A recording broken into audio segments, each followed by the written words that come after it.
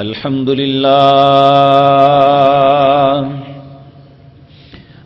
لله نحمده ونستعينه ونستغفره ونعوذ بالله من شرور أنفسنا ومن سيئات أعمالنا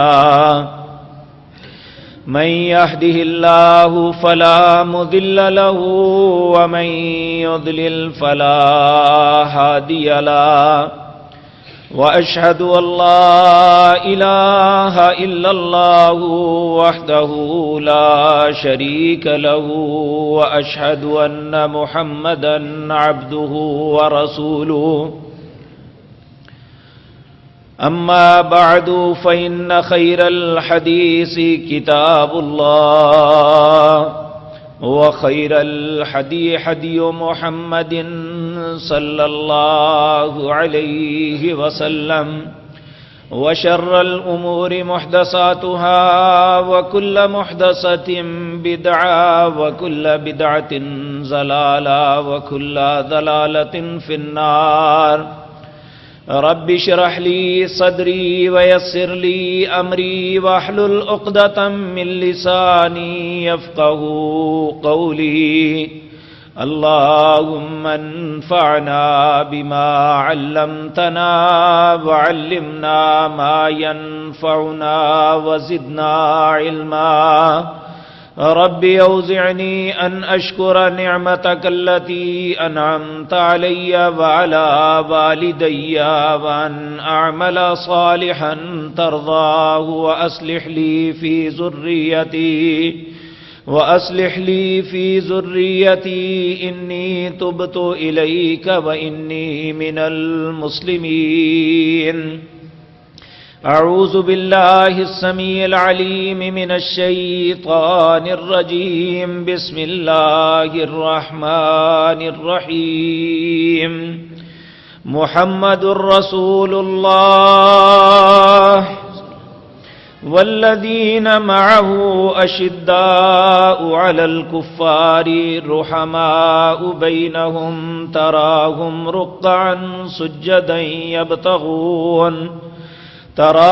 ركعا سجدا يبتغون فضلا من الله ورضوانا سيماهم في وجوههم من أثر السجود ذلك مثلهم في التوراة ومثلهم في الإنجيل كزرع أخرج شطأه فآزره فاستغلظ فاستوى على سوقه يعجب الزراع ليغيظ بهم الكفار وعد الله الذين آمنوا وعملوا الصالحات منهم مغفرة وأجرا عظيما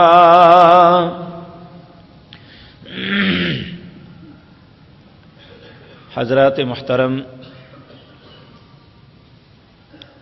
امت محمد الرسول اللہ صلی اللہ علیہ وسلم اپنے دین کے معاملے میں جن عظیم فتنوں کا شکار ہے، ان میں ایک فتنہ یہ بھی ہے کہ جن لوگوں نے دین ہم تک پہنچایا، جنہوں نے اللہ کے دین کی مدد کی، اپنے پیغمبر جناب محمد الرسول اللہ صلی اللہ علیہ وسلم کے لیے اپنی مال، اپنا جان اور اپنی ہر چیز قربان کر دی، اس لیے کہ اللہ کے دین، اللہ کے کلمے کو بلند کیا جائے، اور مسلمان نہیں غیر مسلمان بھی اس بات کا اقرار کرتے ہیں کہ بعض وہ شخصیات جن کے متعلق مسلمانوں میں ہی بعد بدنصیب لوگ شکوک و شبہات ڈالنے کی کوشش کرتے ہیں، کفار اس بات کے اقرار کرتے ہیں اگر دین کے اندر، اسلام کے اندر ان جیسا کوئی شخص دوسرا ہوتا تو دنیا میں اسلام کے علاوہ کوئی مذہب نہ ہوتا۔ لیکن یہ کتنی بڑی بدنصیبی ہے کہ کفار مانتے ہیں کہ وہ اسلام کی ترویج کے لیے، اسلام کی سربلندی کے لیے اسلام کو پھیلانے کے لیے وہ اللہ کے نبی کے مددگار ہی نہیں تھے، بلکہ اللہ رب العزت ان پہ راضی تھا۔ جب اللہ کے نبی اس دنیا سے گئے وہ آپ ان پہ خوش تھے۔ آج ہم ساری کائنات کے لوگ اگر ان پہ بدگمانی کا اظہار کریں گے تو ہماری بدگمانی ایک فضول بات ہوگی۔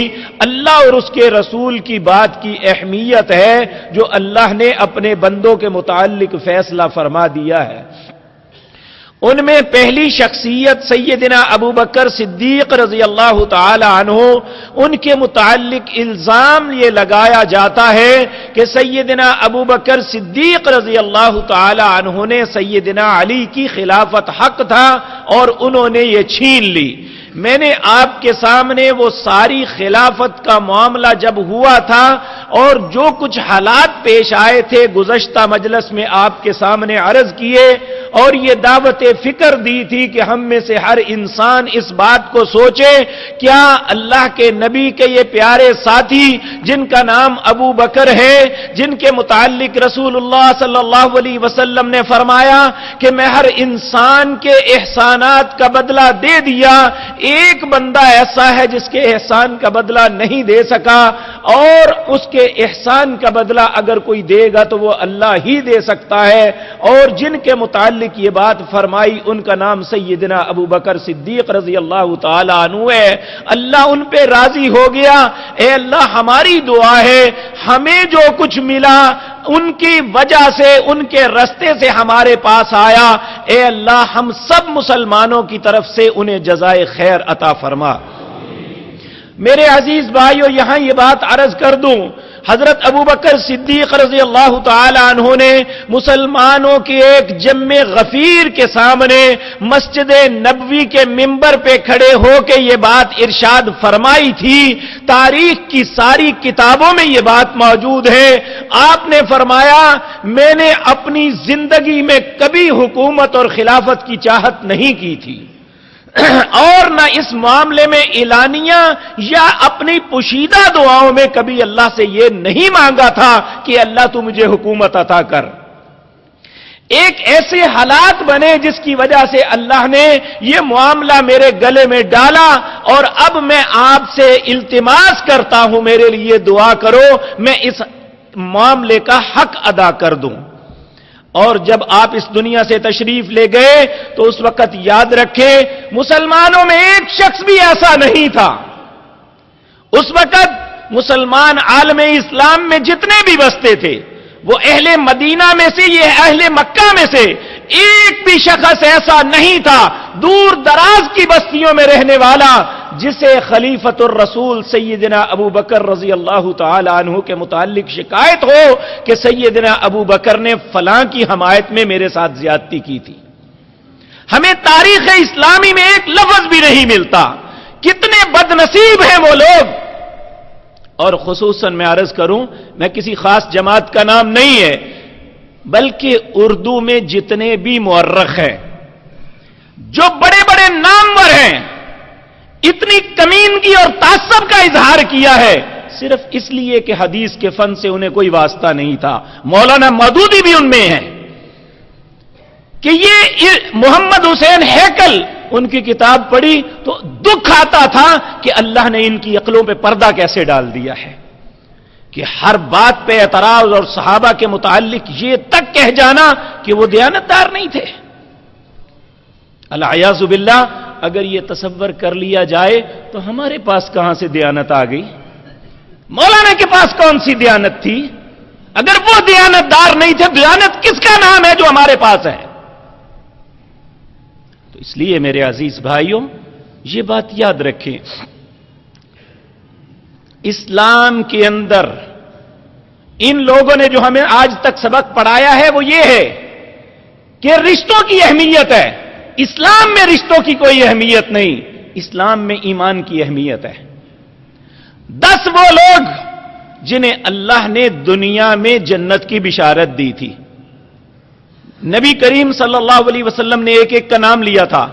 ابو بکر فی الجنہ، عمر فی الجنہ، عثمان فی الجنہ، علی فی الجنہ، سعد بن ابی وقاص فی الجنہ، طلحہ بن عبید اللہ فی الجنہ، عبد الرحمن بن عوف فی الجنہ، زبیر بن عوام فی الجنہ، سعید بن زید فی الجنہ، یہ سارے جنتی ہیں.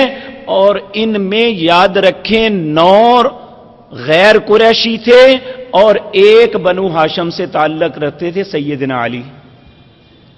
9 لوگ ایسے تھے جو نبی کریم صلی اللہ علیہ وسلم کے خاندان سے تعلق نہیں رکھتے تھے. تو اس کا مطلب یہ ہے کہ اسلام کے اندر رشتوں کی اہمیت نہیں ہے.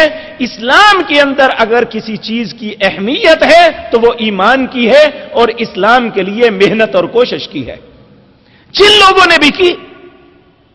اور حضرت ابو بکر صدیق رضی اللہ تعالی عنہ جب اس دنیا سے تشریف لے جانے لگے، جب بیمار ہوئے، تو جب آپ کو احساس ہوا کہ اب میں جو ہے شاید میری زندگی اب مکمل ہو چکی، میں زیادہ دیر زندہ نہیں رہ سکوں گا، تو آپ نے لوگوں کو مسجد میں جمع کیا. اب یہاں ان باتوں پہ غور فرمائیں کہ سیدنا ابو بکر یا حضرت عمر رضی اللہ تعالی عنہ نے خلافت کہاں سے چھینی، کس سے چھینی ہے؟ حضرت ابو بکر نے لوگوں کو اکٹھا کیا اور کہنے لگے کہ میں تمہارے ساتھ معاملہ کیا، اب میں بیمار ہو گیا ہوں اور مجھے نہیں توقع کہ زیادہ دن زندہ رہ سکوں. یعنی جب انسان اپنے حالات کو دیکھتا ہے کچھ نہ کچھ احساس ہوتا ہے. کہا میں تم سب کو اپنی بیعت سے آزاد کرتا ہوں اور میں تم سے توقع رکھتا ہوں کہ میری زندگی کے اندر تم نیا خلیفہ چن لو. اب حضرت ابو بکر صدیق رضی اللہ تعالیٰ عنہ نے ٹھونسی نہیں تھی بات کہ میں فلاں کو مقرر کرتا ہوں. تاریخ کی ساری کتابوں میں یہ بات موجود ہے. سیدنا ابو بکر نے اپنی بیعت سے لوگوں کو خود آزاد کیا. میں تم سب کو اپنی بیعت سے آزاد کرتا ہوں، تمہارے گلے میں اب کوئی بات نہیں، میری زبان سے تمہارے متعلق کوئی شکوہ نہیں. میں اللہ کے ہاں تمہیں آزاد کرتا ہوں، جس کو چاہتے ہو خلیفہ بنا لو. اب لوگ آپس میں مشورے کرنے لگے، لیکن کوئی کسی فیصلے پہ نہیں آ رہا. بلکہ حضرت ابو بکر نے کہا اگر میرے آج ابو عبیدہ بن جراح ہوتے تو میں ان کو خلیفہ بنا دیتا. لیکن یہ ایک کہنے کی بات تھی، یا جس طرح بھی آپ نے سوچ کے کہی، کیونکہ نبی صلی اللہ علیہ وسلم نے فرمایا یہ اس امت کے امانت دار ہیں. تو آپ نے فرمایا اب تمہاری جس کو مرضی ہے بنا لو. 3 دن کے بعد لوگ دوبارہ حضرت ابو بکر کے پاس آتے ہیں اور آ کے عرض کرتے ہیں اے خلیفۃ الرسول، آپ نے اپنی بیعت سے ہمیں آزاد کیا اور ہمیں کہا کہ ہم اپنا خلیفہ خود چن لیں. ہم کسی بات پہ متفق نہیں ہو سکے، ہم آپ کو اپنا معاملہ سپرد کرتے ہیں، آپ جس کو چاہیں خلیفہ مقرر کر دیں. آپ نے فرمایا سوچ لو. انہوں نے عرض کیا ہم سوچ سمجھ کے آئے ہیں آپ کے پاس، جس کو آپ خلیفہ مقرر کریں گے ہمیں مقبول ہے. حضرت ابو بکر صدیق رضی اللہ تعالیٰ عنہ نے کہا پھر اب مجھے وقت دو.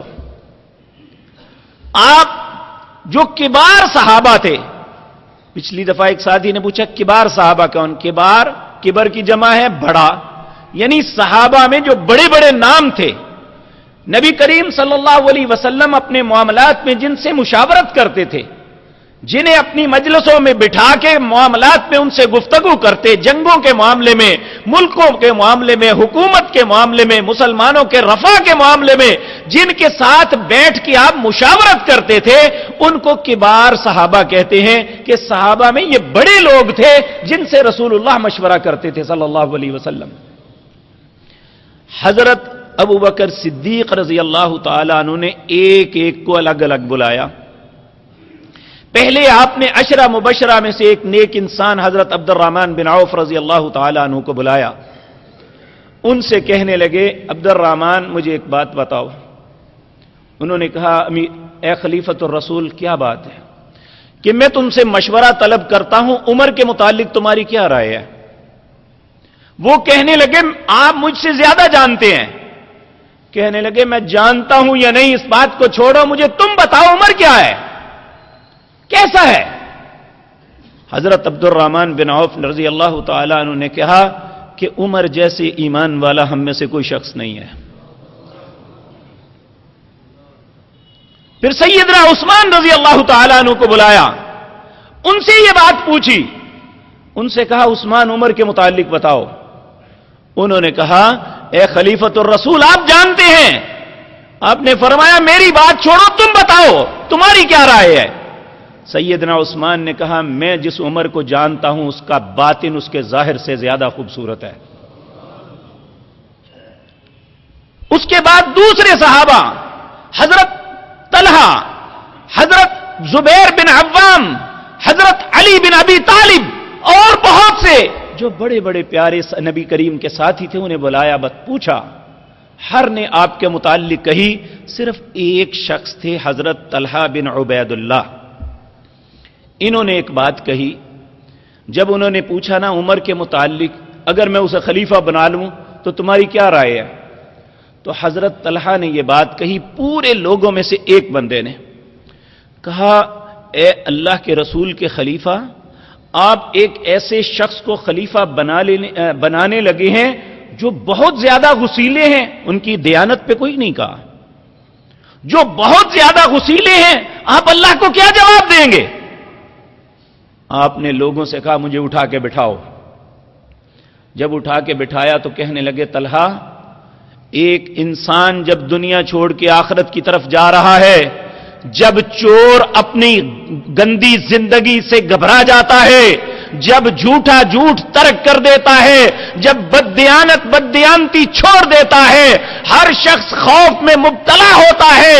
ابو بکر ایک ایسا شخص ہے جو دنیا کو چھوڑ کے اسے پتا ہے کہ وہ اللہ کے پاس جا رہا ہے اور اس نے اپنی زندگی کے ہر معاملے کا اللہ کے ہاں جواب دینا ہے۔ میں اس وقت اپنے اللہ سے کہوں گا اے اللہ تیری مخلوق میں اس سے بہتر مجھے کوئی بندہ نہیں لگا تھا جسے میں مسلمانوں کا خلیفہ بنا کے جاتا۔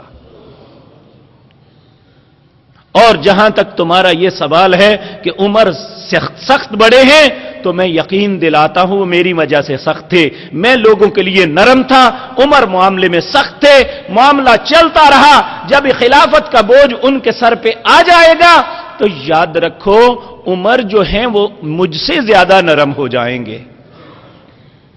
اور حالات نے بتایا، تاریخ ہمیں بتلاتی ہے کہ سیدنا عمر رضی اللہ تعالی عنہ وہی آپ جب امیر المومنین خلیفۃ المسلمین بنے تو آپ اتنے حساس تھے کہ آپ راتوں کو نکل کے پہرا دیتے تھے، دیکھتے کہ رعایا کا کیا معاملہ ہے۔ حتیٰ کہ ایک دن آپ پہرے میں تھے، اس وقت آپ نے گھر سے رونے کی آواز سنی، بچے رو رہے ہیں اور احساس ہوتا تھا بھوک کی وجہ سے رو رہی ہیں، اور وہاں پہ ہنڈیا کی آواز آ رہی تھی۔ آپ گئے، لمبا چکر لگا کے جب واپس آئے پھر رو رہے تھے۔ آپ پھر دیکھا، پھر چلے گئے، جب تیسری مرتبہ آئے تو بچے پھر رو رہے تھے، ہنڈیا انہیں کھلایا کسی نے کچھ نہیں تھا۔ اللہ اکبر، دروازہ کھٹکھٹایا، ایک عورت تھی اندر، اس نے پوچھا کون ہے؟ اس نے پوچھا کہ یہ کیوں اللہ کی بندی، اللہ تمہیں ہدایت دے، تیرے بچے کیوں روتے ہیں، تو اسے کیوں نہیں کھلاتی؟ اس نے بڑی ہی عجیب انداز میں کہا یہ عمر کی جان کو رو رہے ہیں۔ عمر نے کہا عمر نے کیا انہیں کہا ہے؟ کہنے لگی کہ میرے بچے بھوکے ہیں، تو کہا تم نے امیر المومنین کو بتایا ہے کہ تیرے گھر کا آٹا نہیں ہے؟ کہنے لگے اگر انہیں یہ پتا نہیں کہ لوگوں کے گھر میں کوئی چیز ہے یا نہیں ہے تو انہیں خلیفہ بننے کا حق کس نے دیا ہے؟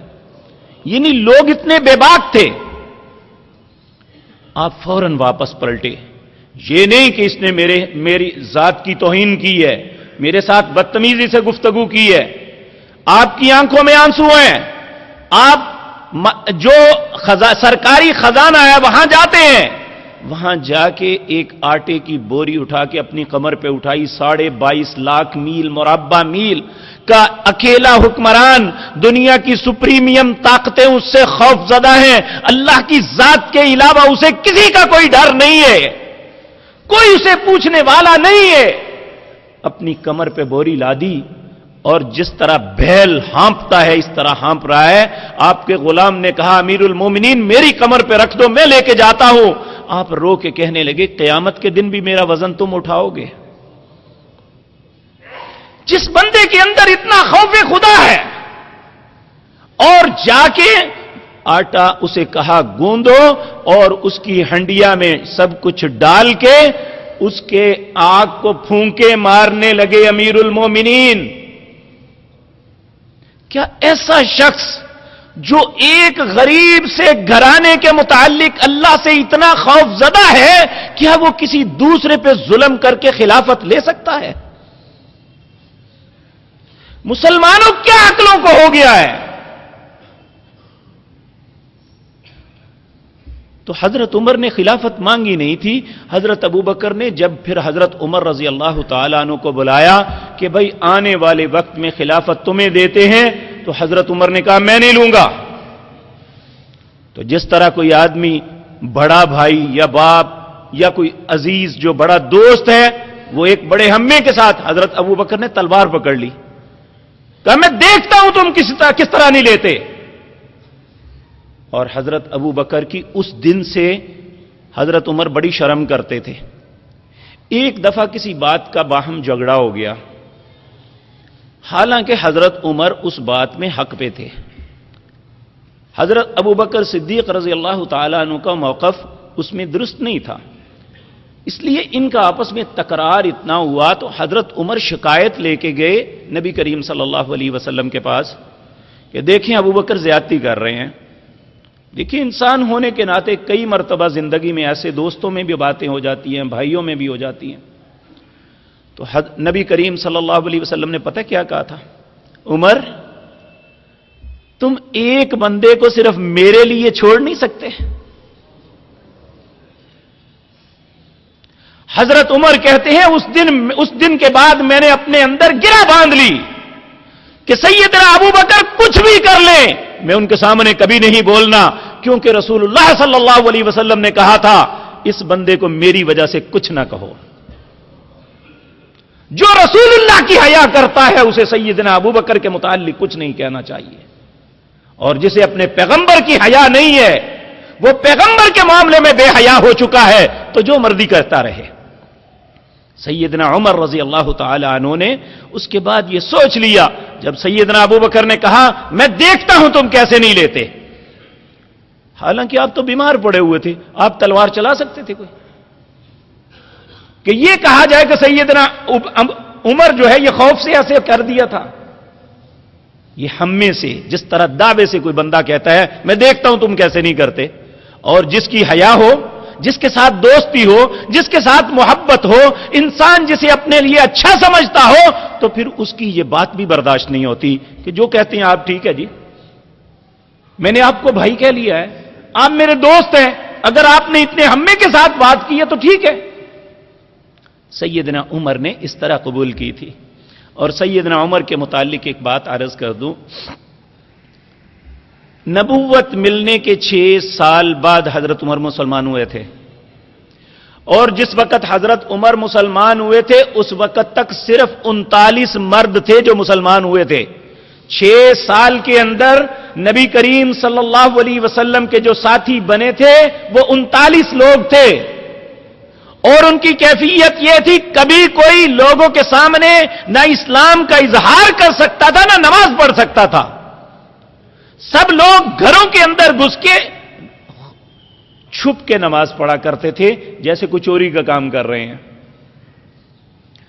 اور جس دن حضرت عمر مسلمان ہوئے, یہ ایک طویل قصہ ہے, وہ نہیں اصل میں بات میں وہ سمجھانی چاہتا ہوں جس کے متعلق اعتراضات کیے جاتے ہیں. تو یہ ایک ایسی شخصیت تھی جن کے اسلام کے لیے ایسی خدمات تھی جو کبھی بھی کوئی دنیا کا عقل مند انسان فراموش نہیں کر سکتا. یوں ہی انہیں اتنا بڑا منصب نہیں ملا تھا. تو آپ مسلمان ہوتے ہیں, آپ سے 3 دن پہلے حضرت حمزہ مسلمان ہوئے تھے. یہ ایک نبی کریم صلی اللہ علیہ وسلم کے لیے بہت خوشی کا سال تھا, اور نبی صلی اللہ علیہ وسلم 6 سال تک اذیتوں سے, تکلیفوں سے بہت دل برداشتہ تھے. بالآخر آپ نے اللہ سے دعا مانگی، اللہم اعز الاسلام، اے اللہ اسلام کو عزت دے دو بندوں میں سے ایک کے ساتھ، اور ان میں سے جسے تو پسند کرتا ہے، اور ان دو بندوں کا نام لیا، ایک ابو جہل بن حشام اور دوسرا عمر بن خطاب۔ اے اللہ ان دونوں میں سے جسے تو پسند کرتا ہے اسے اسلام کے ساتھ عزت دے۔ تو اللہ نے آپ کی دعا کو قبول کیا، اور جس کو اللہ پسند کرتے تھے اسے اسلام کی توفیق بخشی، اور جسے اللہ پسند کرتے تھے ان کا نام عمر بن خطاب تھا۔ آپ نے دعا مانگی تھی، اسی لیے یہ کہتے کہ سب لوگ جو ہے مرید رسول ہیں، اور حضرت عمر مراد رسول ہیں صلی اللہ علیہ وسلم۔ آپ نے اللہ سے مانگ کے لیا تھا انہیں، اور جب یہ مسلمان ہوئے تو انہوں نے پتا نبی صلی اللہ علیہ وسلم سے کیا کہا، یا رسول اللہ صلی اللہ علیہ وسلم میں ایک بات پوچھنا چاہتا ہوں۔ آپ نے فرمایا عمر کیا پوچھنا چاہتے ہو؟ کہا ہم حق پہ نہیں ہیں۔ آپ نے فرمایا حق پہ ہیں۔ آپ عرض کرنے لگے یا رسول اللہ ہم زندہ رہیں یا شہید ہو جائیں کیا ہر حالت میں حق پہ نہیں ہوں گے؟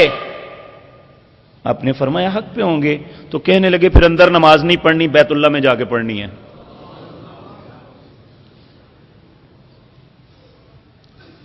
اور دو لائنوں میں، ایک لائن کے آگے حضرت حمزہ تھے، تلوار پکڑی ہوئی تھی، اور ایک پہ حضرت عمر تھے۔ سیدنا عبداللہ بن مسعود رضی اللہ تعالیٰ عنہ کہتے ہیں کہ 6 سال تک ہم چھپ کے نمازیں پڑھتے تھے، جس دن اللہ نے عمر کو اسلام کی توفیق بخشی اس دن کے بعد ہم نے بیت اللہ میں آ کے طواف بھی کیا تھا اور سر عام نماز بھی پڑھی تھی۔ یہ دین کے مددگار بن کے دین میں داخل ہوئے، اور اس کے بعد یہ بات یاد رکھیں، یہ اتنے مضبوط جسم والے، اتنے خوبصورت اور کڑیل جوان، اتنے لمبے تھے کہ لوگوں میں چلتے ہوئے ایسے لگتا ہے جیسے کوئی سوار جا رہا ہے کسی سواری پہ بیٹھ کے۔ تو میرے عزیز بھائیو، ہر بندہ جب مسلمان ہوتا تو اپنے اسلام کو چھپاتا تھا، کہیں کوئی اذیت نہ دے۔ یہ سب سے پہلے ابو جہل کے دروازے پہ گئے، جو قریش کا بہت بڑا بنتا تھا کہ جو مسلمان ہو اسے اذیت دینی ہے۔ دروازہ کھٹکھٹایا، کہا کون ہے؟ کہا ابن خطاب آیا ہے۔ دروازہ کھولا، کہنے لگا اہلن و سہلن، کہنے لگا اہلن و سہلن نہیں، میں مسلمان ہو گیا ہوں، آؤ باہر، کیا کہنا چاہتے ہو؟ تو وہ کچھ کہنے کے بجائے بزدل نے دروازہ بند کر لیا۔ پھر دوسرے سرداروں کے پاس ایک ایک دروازہ کھٹکایا، عمر مسلمان ہو گیا ہو، جو کس نے کہنا ہے کہہ لے۔ اور پھر ایک دن کہنے لگے سب نے اسلام کے لیے ماری کھائی ہیں، عمر کو کوئی نہیں مار رہا۔ پھر مکے میں سارے سردار بیٹھے ہوئے تھے، سب میں جا کے اعلان کیا عمر مسلمان ہوا ہے، جس میں ہمت ہے آ جاؤ۔ اور کہتے ہیں وہ سارے مارنے کے لیے آئے تو کئی گھنٹے تک، صبح فجر سے لے کر سورج طلوع ہو کے تمازت میں آ گیا، جو بھی آتا مارنے کے بجائے مار کھا کے چلا جاتا۔ اور پھر آپ تھک کے بیٹھ گئے۔ یہ سیدنا عمر رضی اللہ تعالی عنہ تھے، جب اسلام میں آئے تو اسلام کو ایک تازگی ملی تھی۔ آج اس عمر کے متعلق ہم ایسی باتیں سوچتے ہیں۔ اور پھر یہ بات یاد رکھیں، جب رسول اللہ صلی اللہ علیہ وسلم نے ہجرت کی، بشمول آپ اور سیدنا ابو بکر کے، رات کے اندھیروں میں چھپ کے جایا کرتے تھے۔ سب لوگوں نے ہجرت چھپ کے کی۔ حضرت عمر نے تلوار پکڑ کے اپنے خاندان کو لے کے مکے میں اعلان کیا میں ہجرت کر کے مدینے جا رہا ہوں، جس کے دل میں کوئی منخ ہے وہ مجھے روک کے دکھا دے۔ اور پوری آواز جب دی تو کسی میں یہ جرت نہیں ہوئی تھی کہ سیدنا عمر کو روک سکے۔ حضرت عبداللہ بن مسعود رضی اللہ تعالی عنہ کی روایت صحیح بخاری کے اندر ہے، عمر مسلمان ہوئے تو اسلام کو ایک تازگی ملی، عمر نے ہجرت کی تو اسلام کو ایک راحت ملی، اور جب عمر خلیفہ بنے تو مسلمانوں کے لیے یہ دن خیر کا سبب بنا. اس کے بعد مسلمانوں میں خیر ہی خیر تھی. اور نبی کریم صلی اللہ علیہ وسلم نے کئی اشارات دیے تھے. آپ نے فرمایا میں نے خواب میں دیکھا کہ ایک کنواں ہے, میں اس میں سے پانی نکال رہا ہوں. اس کے بعد ایک دوسرا آیا, ابو بکر آئے, اللہ ان پہ رحم فرمائے, انہوں نے 1 یا 2 ڈول نکالے. ان کے نکالنے میں کمزوری تھی, اللہ انہیں معاف فرمائے. پھر کہنے لگے عمر آئے اور وہ ڈول بہت بڑا ہو گیا, اور میں نے اتنی طاقت اور اتنی محنت اور مشقت سے نکالتے ہوئے کسی کو نہیں دیکھا. صرف لوگ پانی پی کے شراب ہی نہیں ہوئے, لوگوں کے جانور بھی پیٹ بھر کے کھانے لگے. پوچھا یا رسول اللہ اس کی تعبیر کیا ہے؟ تو سیدنا ابو بکر نے کہا میں بتاؤں؟ آپ نے فرمایا بتاؤ. کہا خلافت ہے. اور اسی طرح پیارے پیغمبر جناب ایک حدیث کا بڑا حوالہ دیتے ہیں جو حدیث ضعیف ہے, انا مدینۃ العلم وعلی بابھا. نبی کریم صلی اللہ علیہ وسلم کی حدیث صحیح بخاری میں سیدنا عمر کے متعلق ہے کہ اللہ نے مجھے دودھ کا ایک پیالہ دیا, میں نے پیا, میں اتنا سیر ہو گیا کہ ناخنوں تک آ گیا. پھر میں نے عمر کو دیا, عمر نے پیا. لوگوں نے پوچھا یا رسول اللہ اس خواب کی تعبیر کیا ہے؟ آپ نے فرمایا علم. اور آپ نے فرمایا لو کان بعد النبی, اگر میرے بعد کوئی نبی ہونا ہوتا تو لکان عمر. عمر کے اندر یہ اوصاف ہیں کہ اگر اللہ نے نبوت کسی کو میرے بعد دینی ہوتی تو عمر کو دیتے. یہ سیدنا عمر تھے. اور پھر یہ بات یاد رکھیں, نبی کریم صلی اللہ علیہ وسلم کے ساتھ انہوں نے تعلق بھی اس طرح قائم کیا کہ ان کی بیٹی سیدہ حفصہ رضی اللہ تعالی عنہا جب بیوہ ہو گئی تو نبی کریم صلی اللہ علیہ وسلم نے ان کے ساتھ نکاح کیا. یہ نبی کریم صلی اللہ علیہ وسلم کے سسر بھی تھے. اور سیدہ حفصہ رضی اللہ تعالی عنہا آپ کی ازواج میں سے ایک بڑے اچھے مقام والی خاتون تھی. اللہ رب العزت ان پہ راضی ہو جائے. اور ہمارے لیے وہ قدوہ ہیں, ہمارے لیے وہ اسوہ ہیں. اللہ ہمیں ان کے طریقے پہ چلنے کی توفیق عطا فرمائے اور اللہ ہمیں ان کا ساتھ نصیب فرمائے. تو میرے عزیز بھائیوں, حضرت عمر رضی اللہ تعالی عنہ کو خلافت جو ملی اس کا طریقہ کار یہ طے پایا. حضرت ابو بکر نے پھر ایک جو ہے حکم نامہ لکھوایا اور حضرت عثمان کو کہا کہ سارے لوگوں کو جمع کرو اور ان کے سامنے یہ پڑھ کے سناؤ. حضرت عثمان رضی اللہ تعالی عنہ نے کہا لوگوں, حضرت ابو بکر نے تمہیں اپنی بیعت سے آزاد کیا تھا اور تمہیں کہا تھا کہ اپنی مرضی سے خلیفہ چن لو, لیکن تم نے اپنی طرف سے حضرت ابو بکر سے کہا تھا کہ آپ جسے بھی چنیں گے ہم اسے قبول کریں گے. تو حضرت ابو بکر نے پوری انویسٹیگیشن کے بعد, کبار صحابہ کی رائے لینے کے بعد ایک شخص کو تمہارے لیے خلیفہ مقرر کیا ہے. اس حکم نامے کے اندر جس کو خلیفہ مقرر کیا ہے تم قبول کرو گے؟ لوگوں نے بیک زبان کہا کہ خلیفۃ الرسول نے جس کو بھی خلیفہ مقرر کیا ہے ہم اس کو خلیفہ مانیں گے. پھر آپ نے وہ پڑھ کے سنایا کہ یہ حکم نامہ, یہ بات, یہ تجویز خلیفۃ الرسول ابو بکر بن ابی قحافہ کی طرف سے ہے. اور وہ ایک ایسے دن یہ بات کر رہے ہیں جب جو ہے ایک بددیانتی چھوڑ دیتا ہے, ایک چور چوری سے باز آ جاتا ہے, ایک ظالم ظلم کو ترک کر دیتا ہے. وہ ایسے وقت میں جب دنیا کو چھوڑ کے آخرت کی طرف جا رہا ہے, تمہارے لیے ایک ایسے انسان کو منتخب کر کے جا رہا ہے, اس کی نظروں میں اس سے بہتر تم میں انسان کوئی نہیں ہے, جن کا نام عمر بن خطاب رضی اللہ تعالی عنہ ہے. لوگوں, جو میری رائے تھی, جو میری انویسٹیگیشن تھی, جو میں نے دیکھا, جو میں نے سنا, جو لوگوں سے رائے لی, اس کے مطابق میں فیصلہ کیا, اگر یہ اسی کے مطابق کام کریں گے تو میں اللہ سے توقع رکھتا ہوں کہ اللہ رب العزت نے مجھے خیر پہ رکھا، تو اگر اس کے برعکس کریں گے تو میں غیب نہیں جانتا، میں نے تو بہتر سمجھ کے فیصلہ کیا تھا، مسلمانوں تمہاری بدخوائی سمجھ کے کوئی فیصلہ نہیں کیا۔ اور پھر اس کے بعد سیدنا عمر کو بلایا، کہنے لگے عمر میں ایک ذمہ داری تم پہ ڈال رہا ہوں، یاد رکھو جو آج کام کرنا ہے اسے کل پہ کبھی نہ ڈالنا۔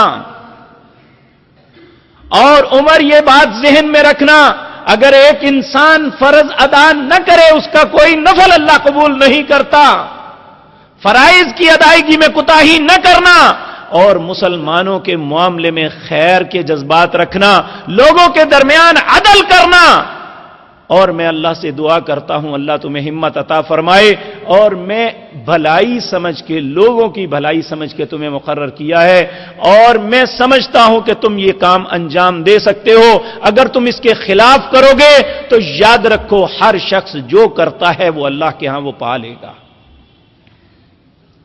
تو پھر حالات نے بتایا، سیدنا عمر رضی اللہ تعالی عنہ آپ کی زندگی کا، یوں تو آپ کے اتنے کام ہیں، آپ کی زندگی کا ماٹو عدل بن گیا کہ کوئی مملکت کے اندر ایسا انسان نہیں ہے جو یہ کہہ سکے کہ سیدنا عمر رضی اللہ تعالی عنہ نے فلاں معاملے میں عدل سے کام نہیں لیا تھا۔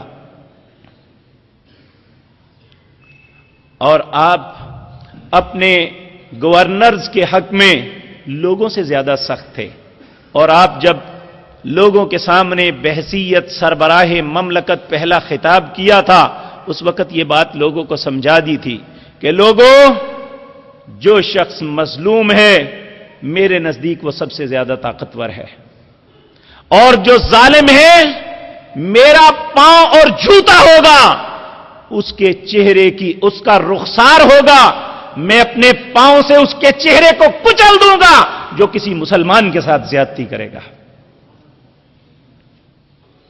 اور جو اپنی رعایا کے متعلق ایسے تصورات رکھتے ہیں کیا وہ اپنی ذات کے متعلق ایسا سوچ سکتے ہیں؟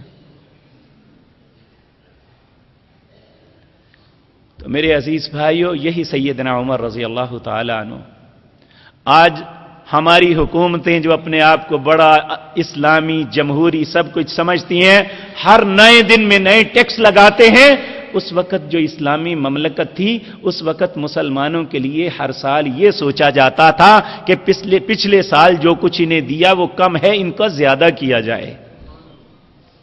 اور حضرت عمر رضی اللہ تعالی عنہ نے دنیا میں سب سے پہلے بنی اسرائیل کے بعد اگر کوئی مردم شماری ہوئی تھی تاریخ کے اندر تو سیدنا عمر رضی اللہ تعالی عنہ نے کی تھی۔ اور مردم شماری کا مطلب کیا تھا کہ رجسٹر بنائے جائیں، پوری اسلامی مملکت کے اندر جتنے مسلمان رہائشی ہیں ان کا ایک ریکارڈ موجود ہو اور ہر کو اس کی عطا اس کے گھر تک پہنچے۔ اور آپ نے جب یہ سارا کام کر لیا تو پھر مقرر کرنے کا وقت آیا کہ کس تناسب سے دیا جائے، تو کہا سب سے پہلے رسول اللہ کے گھر والوں کا نام لکھو، کہا سب سے پہلے رسول اللہ صلی اللہ علیہ وسلم، اور قریش کے 6 قبیلے تھے، آپ نے 5 قبیلوں کو پہلے حیثیت دی اور سب سے آخر میں بنو عدی کا نام لکھوایا، یعنی آپ کا خاندان 6 نمبر پہ آیا۔ حضرت عبداللہ بن عمر رضی اللہ تعالیٰ عنہ انہوں نے کہا امیر المومنین، کیا آپ خلیفہ امیر المومنین نہیں ہیں؟ کیا اسلامی مملکت میں ہمارا استحقاق پہلے نہیں ہے کہ آپ نے سیدنا حسنین کا اور سیدنا علی کا نام لکھا ہے؟ تو آپ نے عبداللہ بن عمر کو کہا عبداللہ، نہ حسنین جیسا باپ تیرا باپ، نہ حسنین کی ماں جیسی تیری ماں، میں کیسے تیرا نام لکھوں؟ آپ سیدنا علی کی، سیدہ فاطمہ کی اور سیدنا حسنین رضی اللہ تعالی عنہما کی اس طرح عزت کرتے تھے۔ اور ایک دن آپ نے سیدنا حسین کے سر پہ ہاتھ رکھا، کہا بیٹے آپ میرے بیٹوں کی طرح ہو، تم میرے پاس آ جایا کرو، بالکل خوف زدہ نہ ہو، جب تمہارا دل چاہے آؤ۔ کچھ دن گزر گئے تو حضرت حسین ملے تو انہوں نے کہا حسین میں نے آپ سے کہا تھا آپ آیا کرو، کیوں نہیں آئے؟ تو سیدنا حسین کہنے لگے امیر المومنین میں آیا تھا، آپ اس دن حضرت معاویہ گورنر دمشق شام آپ کے پاس آئے ہوئے تھے، آپ ان سے بات کر رہے تھے، دربان نے مجھے منع کیا، کہا تم اندر نہیں جا سکتے، عبداللہ بن عمر چلا گیا، تو آپ نے فرمایا عبداللہ بن عمر کا حق تجھ سے تیرا حق عبداللہ بن عمر سے زیادہ ہے، کسی دربان کو پوچھنے کی ضرورت نہیں، جب تیرا دل چاہے تم اندر آ سکتا ہے۔ اور سیدنا عمر رضی اللہ تعالی عنہ کی یہی بات دیکھتے ہوئے سیدنا علی نے حضرت فاطمہ کی بیٹی ام کلثوم کا رشتہ، باوجود اس بات کے کہ سیدنا عمر بڑی عمر کے تھے اور سیدہ فاطمہ کی بیٹی چھوٹی عمر کی تھی، ان کا رشتہ حضرت علی رضی اللہ تعالی عنہ نے امیر المومنین کے ساتھ کیا تھا۔ اور حضرت مجھے بتائیں کہ اگر خدا نخواستہ یہ بات جو آج عجم کے مسلمان کہتے ہیں کہ سیدنا عمر نے سیدنا علی کی خلافت کو چھینا تھا، تو جس شیر خدا کی خلافت کو چھینا تھا انہوں نے پھر اپنی بیٹی کا رشتہ دے دیا۔ اور آج اتنی بڑی خباثت کی بات کرتے ہیں، اگر کوئی کہے تو اس کا جواب کوئی نہیں ان کے پاس، کہتے ہیں زبردستی لے گئے تھے۔ تو پھر حضرت علی شیر خدا کون سے تھے کہ ان کی بیٹی کو کوئی زبردستی؟ اللہ کی قسم ان لوگوں نے نہ اللہ کو چھوڑا ہے، نہ جبریل کو چھوڑا، نہ رسول اللہ کو چھوڑا۔ ان کی کتابوں میں یہ بات موجود ہے کہ ہم اس رب کو رب نہیں مانتے جس نے علی کے بجائے محمد پہ نبوت نازل کی، اور اس جبریل کو فرشتہ نہیں مانتے جو غلطی سے علی کے بجائے نبوت لے کے رسول اللہ کے گھر میں چلا گیا۔ کیا یہ اللہ یہ سارے بھول گئے؟ میں نے کبھی ان کتابوں کا مطالعہ نہیں کیا تھا، لیکن کچھ ایسی باتیں جو میڈیا پہ سنی، دماغ ہر وقت کھولتا رہتا تھا اور سوچا کہ دیکھوں کہ آخر معاملہ کیا ہے۔ کبھی نہیں سوچا تھا کہ جو چیز فرقہ پھیلاتی ہے انہیں نہ دیکھا جائے، ان کے متعلق سوچا ہی نہ جائے۔ لیکن عجیب بات یہ ہے کہ چور اور ساتھ جو ہیں نیک اور پاک باز لوگ ہیں ان کو یہ برا کہتے ہیں،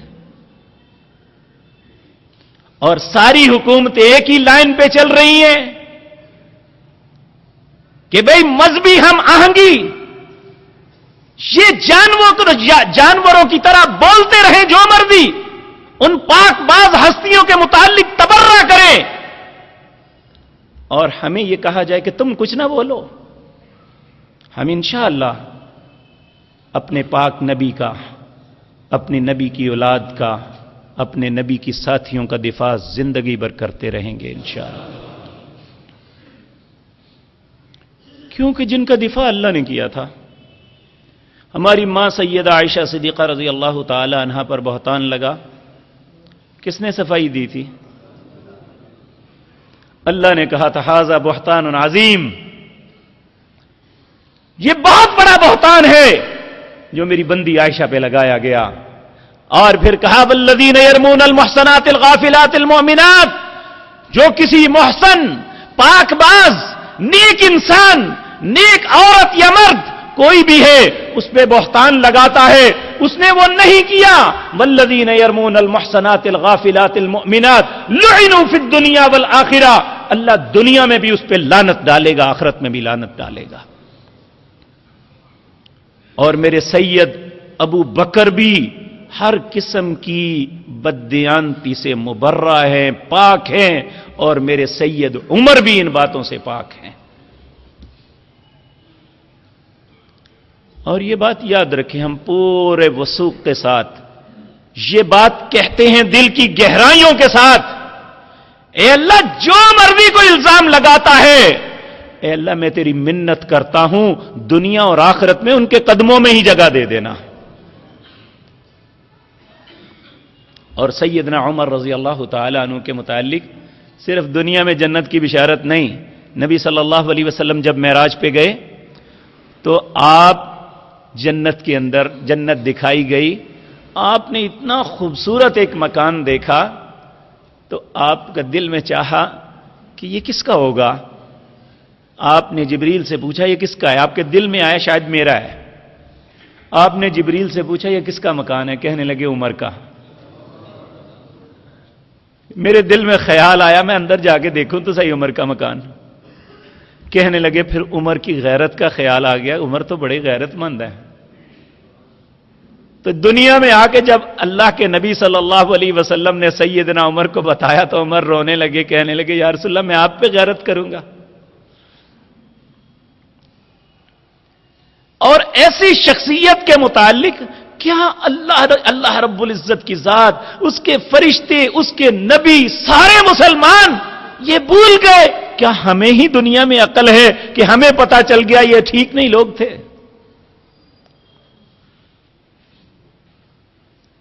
اور پھر کہا جاتا ہے کہ سیدنا عمر رضی اللہ تعالی عنہ جب نبی کریم صلی اللہ علیہ وسلم نے اپنی بیماری کے دوران یہ کہا کہ بھائی ایک قلم کاغذ لاؤ، میں تمہیں ایک بات لکھ دوں جس سے تم اختلاف نہیں کرو گے، حالانکہ خلافت کی بات نہیں کی تھی، تو اس وقت پھر آپ بے ہوش ہو جاتے ہیں، تو لوگوں کی آوازیں بلند ہونی شروع ہوئی، تو حضرت عمر نے کہا کہ حسبنا کتاب اللہ، ہمارے لیے اللہ کی کتاب ہے، آپ نبی پاک کو تنگ نہ کرو، یہاں شور نہ کرو، خاموش ہو جاؤ۔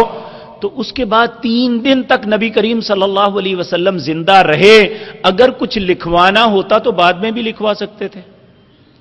کہا یہ اپنے پاس سے ایک دور کی کوڑی لے آئے کہ آپ نے حضرت علی کو خلافت لکھ کے دینی تھی، تو حضرت عمر نے روک دیا۔ حضرت عمر کیسے روک سکتے تھے؟ کیا اتنی وحی اللہ کے نبی پہ آئی، اللہ نے جن باتوں کی رہنمائی کرنی تھی وہ کی، نبی کریم صلی اللہ علیہ وسلم نے وہ باتیں لکھوائیں، لوگوں کے سامنے بیان فرمائیں، کیا یہی ایک بات تھی جو عمر کے ڈر کی وجہ سے رسول اللہ نے نہیں کہی تھی؟ اور رسول اللہ کو عمر کا کیا ڈر تھا؟ عمر جس دن مسلمان ہونے کے لیے آئے تھے، حضرت حمزہ نے کہا تھا، لوگوں نے کہا ڈر گئے لوگ، دروازہ بند کر لیا اور کہا عمر آ رہے ہیں، ان کے گلے میں تلوار ہے۔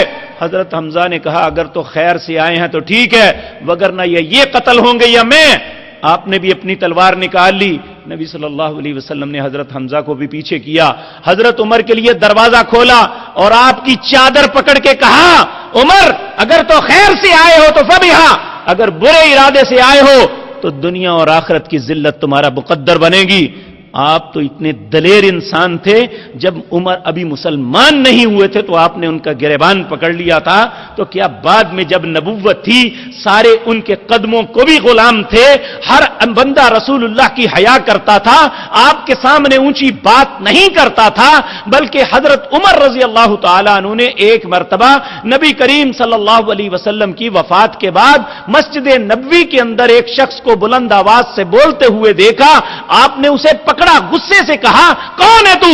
کہنے لگا کوفے سے آیا ہوں۔ کہنے لگے اگر تم مدینہ والوں میں سے ہوتا تو تجھے درے لگاتا، جس طرح رسول اللہ کے سامنے اونچا بولنا حرام تھا، آپ کی قبر کے سامنے اونچا بولنا بھی حرام ہے۔ جن کے اندر رسول اللہ کی اتنی حیا تھی، کیا وہ رسول اللہ کو کسی بات سے روک سکتے تھے؟ بدقسمتی یہ ہے کہ ہمارے نوجوان ہر پروپیگنڈے کو قبول کر رہے ہیں، صرف یہ کہہ کہ وہ بھی تو مولوی ہیں، انہیں قرآن کا نہیں پتا۔ اللہ کہتا ہے یا ایھا الذین آمنوا ان کثیرا من الاحبار والرہبان لیاکلون اموال الناس بالباطل ویصدون عن سبیل اللہ۔ اہل ایمان، یہ جتنے بھی مولوی اور صوفی ہیں ان میں اکثر اللہ کا رستہ بتانے کے بجائے اللہ کے رستے سے روکتے ہیں، کیوں؟ کہ لوگوں کا مال کھائیں۔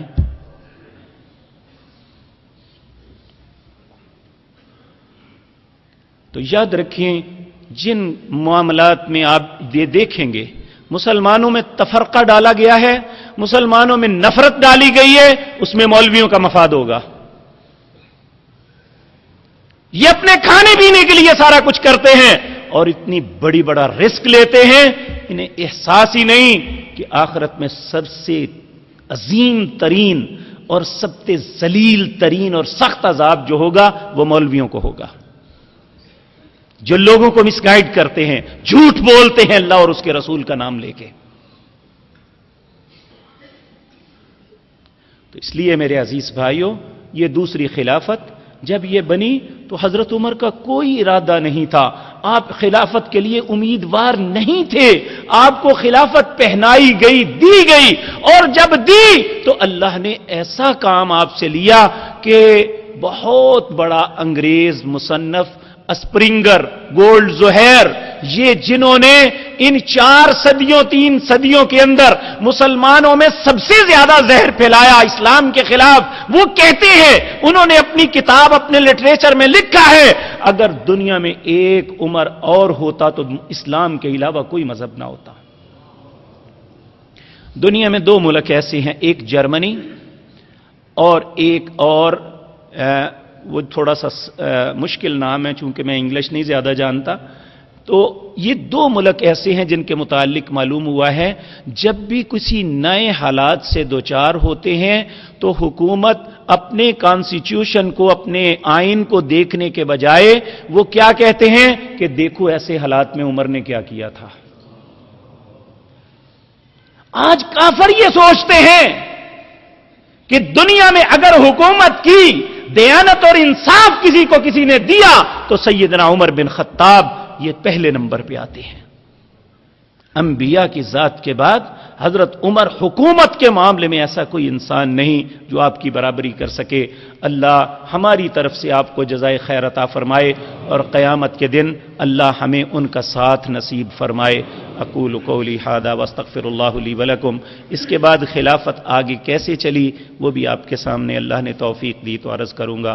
اقول قولی ھذا ان الحمد للہ نحمده ونستعینه ونستغفره ونعوذ بالله من شرور انفسنا ومن سیئات اعمالنا من يهده الله فلا مضل له ومن يضلل فلا هادي له واشهد ان لا اله الا الله وحده لا شريك له واشهد ان محمدا عبده ورسوله اما بعد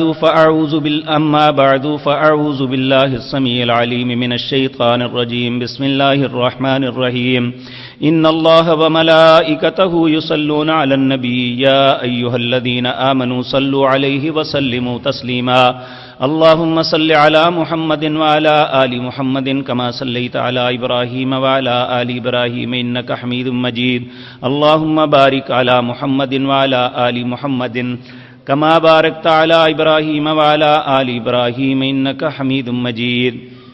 ایک اعلان ہے، شیخ محمد رفیق صاحب شیخ محمد ادریس صاحب کے والد محترم شیخ نعمت علی قضائی الہی سے وفات پا گئے ہیں۔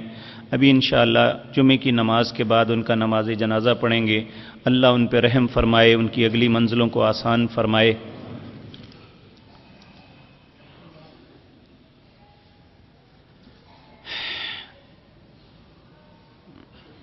یہ ایک اعلان ہے خواتین کے لیے ناظرہ تجوید کلاس۔ ان کلاسز میں کیا سکھایا جاتا ہے؟ قرآن پاک کو صحیح تلفظ کے ساتھ پڑھنا، نماز اور دعائیں، چھوٹی چھوٹی صورتوں کو حفظ کرنا۔ یہ روزانہ 2 بجے سے 3 بجے سپہر جامعہ تعلیم الاسلام للبنات، مسجد قدس، محلہ اسلام آباد میں۔ جو خواتین وہاں کی ہیں وہ یہاں پہ تشریف لے جائیں اور اللہ کی کلام کو پڑھیں اور سمجھنے کی کوشش کریں۔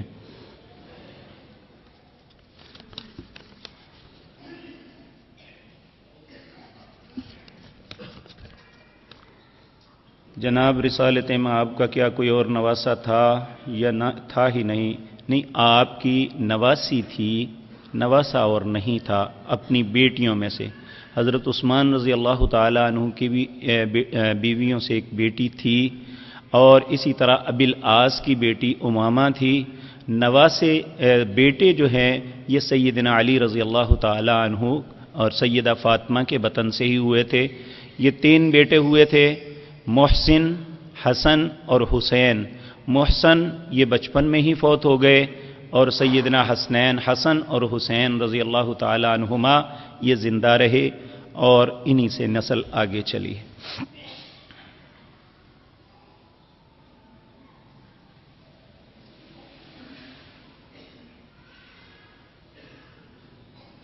یہ بھائی نے کمپیوٹر پہ کاروبار ہو رہا ہے، اس کے متعلق پوچھا ہے، آپ نماز کے بعد تشریف لائیں، میں آپ کو انشاءاللہ سمجھانے کی کوشش کروں گا، کیونکہ ایک وضاحت والی بات ہے۔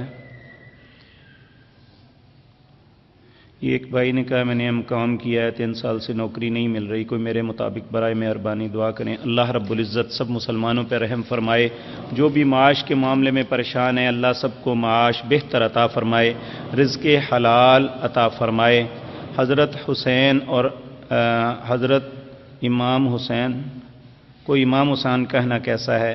دیکھیں امامت 2 معنوں میں ہوتی ہے، ایک امامت مصلی کی، دوسری امامت حکومت۔ یہ دونوں باتیں سیدنا حسین کے پاس نہیں تھی۔ جو لوگ انہیں امام حسین کہتے ہیں اس کانسیپٹ کے ساتھ کہ ان کی نظر میں نبوت تو ختم ہو گئی لیکن امامت قائم رہی۔ یہ 12 ایسے لوگ ہیں جن کا نام لیتے ہیں، سیدنا علی سے لے کر محمد بن حسن عسکری تک، یہ 12 امام ہیں جو معصوم عن الخطا ہیں، یہ نبیوں کے برابر ہیں۔ جس طرح نبی سے کوئی غلطی نہیں ہو سکتی، ان سے بھی نہیں ہو سکتی، یہ اس لیے ان کی بات بھی اسی طرح مانتے ہیں جس طرح نبی کی ماننی چاہیے۔ یہ صرف ایک فرقے کا عقیدہ ہے، بلکہ شیعہ کے اندر بھی 2 فرقے ہیں، ایک امامیہ ہے ایک زیدیہ ہے۔ جو امامیہ ہے وہ ان 12 اماموں کو خدا کی طرح پوجتے ہیں، لیکن ہم انشاءاللہ ایسا نہیں کرتے، ہم ان کی عزت کرتے ہیں۔ یہ نبی کریم کے رشتہ دار تھے، ان کا احترام اور ہمارے لیے یہ قدوہ ہیں، لیکن یہ نبی کی حیثیت رکھتے ہیں نہ خدا کی حیثیت رکھتے ہیں کہ ہم ان کی ہر بات کو تسلیم کریں۔ جو اللہ کی نبی کی بات کے مطابق ہوگی ہمارے لیے وہ سر آنکھوں پہ، جو اللہ نہ کرے اس کے خلاف ہوگی وہ ہمارے لیے جائز نہیں ہے۔ عورت کو مسجد میں نماز کی اجازت ہے تو احادیث بیان کریں۔ ہاں آپ تشریف لائیں، میں لکھ کے دے سکتا ہوں انشاءاللہ۔ یہ ایک نہیں کئی احادیث ایسی ملتی ہیں۔ نبی صلی اللہ علیہ وسلم نے فرمایا اللہ کی لونڈیوں کو مسجدوں سے آنے سے مت روکو، صحیح بخاری کی روایت ہے کہ اللہ کی لونڈیوں کو مسجد میں آنے سے مت روکو کہ یہ نماز کے لیے آنا چاہیں تو انہیں آنے دو۔ ویسے اس میں کوئی شک نہیں، آپ نے فرمایا عورت کی نماز گھر میں مسجد کی نماز سے بہتر ہے، لیکن جو مسجد میں آئے اسے آپ نے فرمایا مت روکو۔ اور بلکہ نبی صلی اللہ علیہ وسلم کے زمانہ مبارک میں صفوں کی ترتیب اس طرح بنتی تھی کہ پہلے بڑے مرد کھڑے ہوتے، پھر اس کے بعد بچوں کی لائنیں ہوتی، اس کے بعد خواتین کی ہوتی۔ آپ نے فرمایا مردوں کی صف سب سے پہلی بہتر ہے اور عورتوں کی صف سب سے آخری بہتر ہے، جو مردوں کے قریب ہے وہ بہتر نہیں ہے۔ تو اس کا یہ مطلب نہیں ہے کہ بندہ اس صف میں ہی کھڑا نہ ہو۔ بہرحال جب جس نے جس مرتبے کے ساتھ آنا ہے بیٹھنا تو وہی ہیں، جو پہلے آئے ہیں وہ پہلے بیٹھیں گے، جو بعد میں آئیں گے وہ بہتر کہنے کا مطلب یہ ہے کہ پہلی صف یہ سب سے بہتر ہے مردوں کے لیے۔ آپ نے فرمایا ان اللہ و ملائکتہ یصلون علی الصف الاول، اللہ اور اس کے فرشتے درود بھیجتے ہیں پہلی صف والوں پر۔ ایک صحابی اٹھا، اس نے کہا وعلی الصف الثانی، اے اللہ کے رسول دوسری صف والوں پہ نہیں؟ آپ نے پھر کہا ان اللہ و ملائکتہ یصلون علی الصف الاول، اللہ اور اس کے فرشتے درود بھیجتے ہیں پہلی صف والوں پہ۔ اس نے پھر تکرار کیا وعلی الصف الثانی، دوسری صف والوں پہ نہیں۔ آپ نے پھر تیسری مرتبہ کہا ان اللہ و ملائکتہ یصلون علی الصف الاول، اللہ اور اس کے فرشتے درود بھیجتے ہیں پہلی صف والوں پر۔ اس نے پھر کہا وعلی الصف الثانی، آپ نے فرمایا نعم وعلی الصف الثانی، ہاں دوسری والوں پر بھی، یعنی چوتھی مرتبہ آپ نے کہا، 3 مرتبہ آپ نے پہلی صف والوں پر۔